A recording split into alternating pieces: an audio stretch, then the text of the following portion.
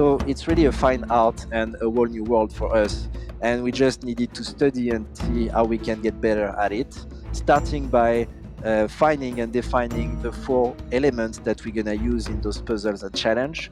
So the first one was obviously the logic, that is about looking at a problem and trying to figure out the solution. Then we wanted to have the manipulation, that is about playing with objects and with the physics. Also the traversal, that obviously is about navigating your environment, but that is also about analyzing your environment to find the best path. And finally, the fight, that is straightforward but still a challenge where you have to defeat your enemies. It was very new for us, but we really wanted to have that problem solving as a key aspect of the game, because for us it was the perfect pace breaker between the fight and the traversal that, as you've seen, can be very intense.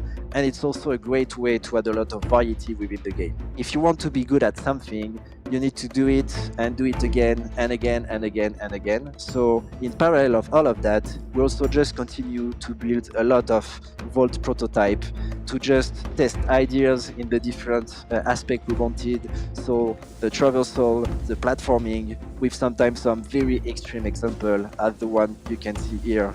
And we also explore physics and manipulation and logic. So the goal here was to get more comfortable with our gameplays, with our mechanics and our ingredients, and also just to get better as level designer and to refine our skills, our methodology, and also our ingredients and rules to make sure at the end we can create those great puzzles. And if we did so many prototypes, it's also because variety was something very important for us. We wanted a wide variety of challenge and puzzle in the game.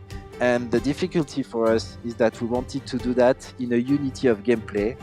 What I mean is we wanted to give the player a finished set of tools and ingredients that he can learn and he can master. So after that, it was up to us to find a way to combine those elements and put them in different contexts to always create a new and interesting challenge and puzzle.